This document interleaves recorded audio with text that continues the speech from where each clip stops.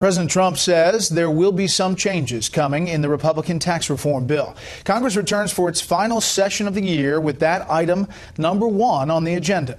Chief Congressional Correspondent Mike Emanuel brings us up to date tonight from Capitol Hill.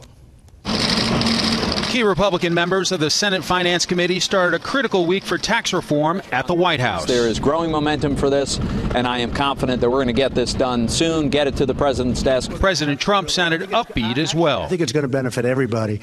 It's going to mostly benefit people looking for jobs more than anything else because we're giving great incentives. A positive development came from Kentucky Senator Rand Paul. Quote, "I've fought for and received major changes for the better, and I plan to vote for this bill as it stands right now." Senator Paul also encouraged his Republican colleagues to get on board.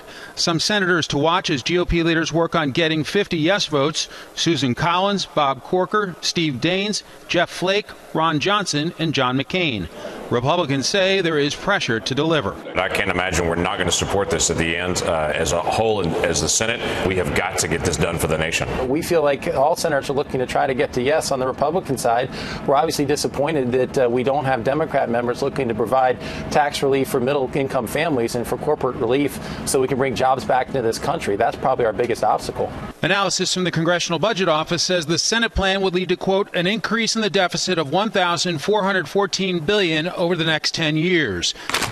The Senate budget allowed for $1.5 trillion, so there is some wiggle room for modifications. The CBO says the Senate plan would make lower-income Americans worse off, mainly because they would get less government assistance for health care. Tax breaks for the wealthiest people in America and the biggest corporations. Meanwhile, the tax breaks for working families, half of them will see a tax increase, half a tax break. But the tax breaks for the wealthiest people are permanent. Finance Chairman Orrin Hatch couldn't contain his irritation with Democrats. I just hope that they will get off their duffs and start working with us rather than just voting in block against everything we try and come up with.